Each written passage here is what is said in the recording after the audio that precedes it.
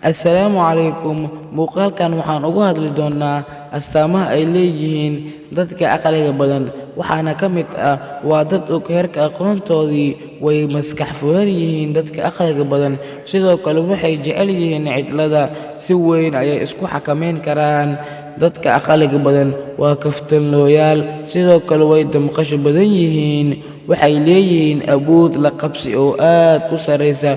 Waxa ay u ooman yihiin ogaal inay wax walba la socdaan.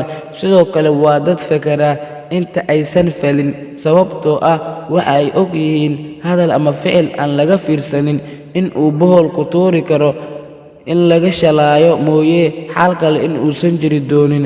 Ma ahan dadka degdega go'aamada aadka u fudud. Waa dad jecel in ay arrimaha soo wajaha falanqeeyaan.